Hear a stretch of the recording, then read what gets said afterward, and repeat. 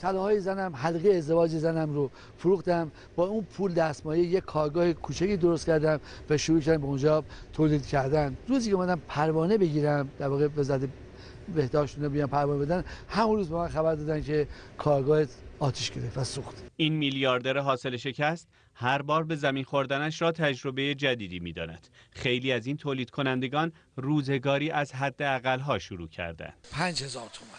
یعنی با 5000 تومان شما شروع کردم. دوستم یه قابلمه‌ای و یه اجاق گازی و از این چیزا شروع کنم و مواد اولیه رو تامین کنم با کمی کار بسته‌بندی. اما داستان این ژیان اسایی دستی که حدوداً 40 سال قبل دستساخته‌های آقای فروتن و همسرش رو به فروشگاه‌ها میرسون. در مورد ژیان بگید.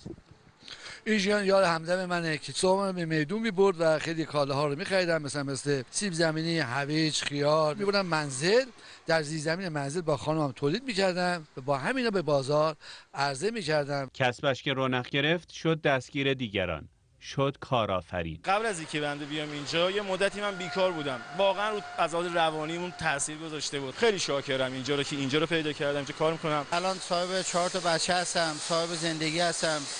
خدا را هزار مرتبه شکر. حدوداً 200 نفر به صورت مستقیم و غیر مستقیم در این کارخانه مشغول به کار هستند. نتیجه این که کارآفرین موفق هم نوآور است و هم خلاق، پشتکار دارد و پیشقدم است، بیشتر فرصت‌ها را جستجو می‌کند تا که به دنبال تهدیدها باشد و اهل کار است و عملگرا. آدمی که دنبال کار باشه، کار همیشه براش هست.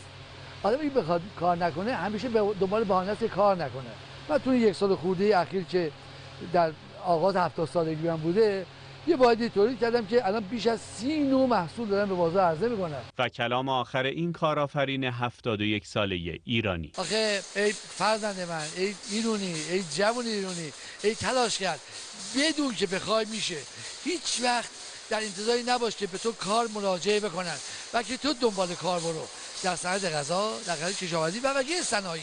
این یک مثال بود از یک کارآفرین. موارد زیاد دیگری هم وجود دارد، اما برای حرکت پرسرعت اقتصادی هر قدر کارآفرین به کارآفرینان اضافه شود کم است.